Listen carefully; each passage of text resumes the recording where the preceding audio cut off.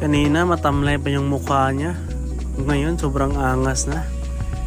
Tingnan niyo yan, oh. Ang request ng client natin dito, taper blowout.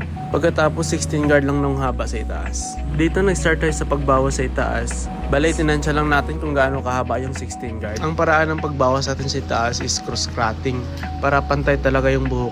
Yung magpisa sa pinakagitna, tapos yung pinakagitna kukunin sukatan sa pagbawas sa magkabilang gilid. Dahil semi-curve yung buhok niya, so kailangan natin yung ipitin para mahila natin at makita natin kung saan yung sumusobra. At yun lang yung puputulin natin. Pagkatapos, rekta natin babawasan yung kanyang bangs, tatansyahin pa rin natin yung haba ng 16 guard. Pagkatapos natin pantayin yung buhok sa taas, pati dito sa may bangs, so i-texture naman natin. So magpo-point cutting lang tayo dito.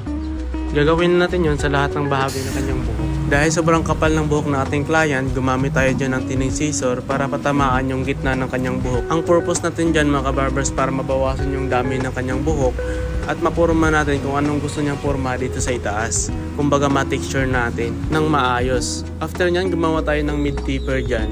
Mid-taper yung ginawa ko dito sa may gilid para hindi masyado makapal tingnan yung kanyang buhok. Kumbaga hindi siya bilog tingnan.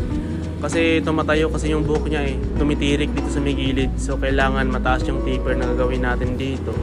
Ang ginamit nga pala natin dito sa may gilid, clipper over comb lang para mas mabilis mga kabarbers. Pagkatapos kong gumawa ng taper dito at pinantay yung buhok niya dito sa likod, tinexture ko naman siya para ma-blow out natin dito sa may likod.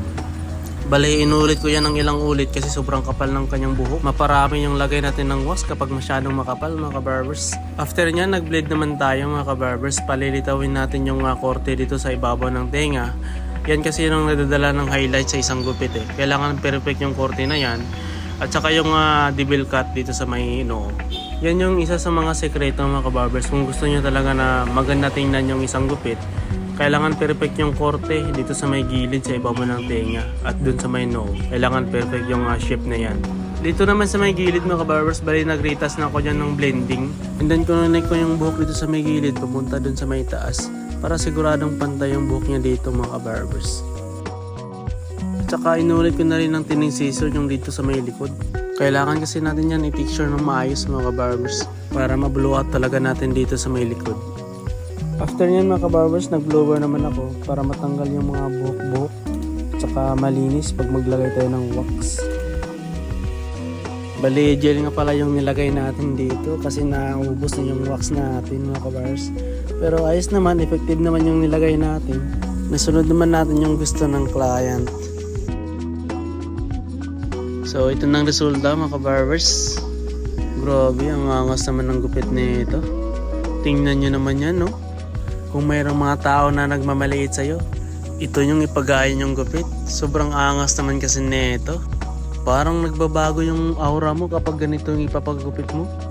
Kanina matamlay pa yung mukha niya. Ngayon sobrang angas na. Tingnan niyo yan, no?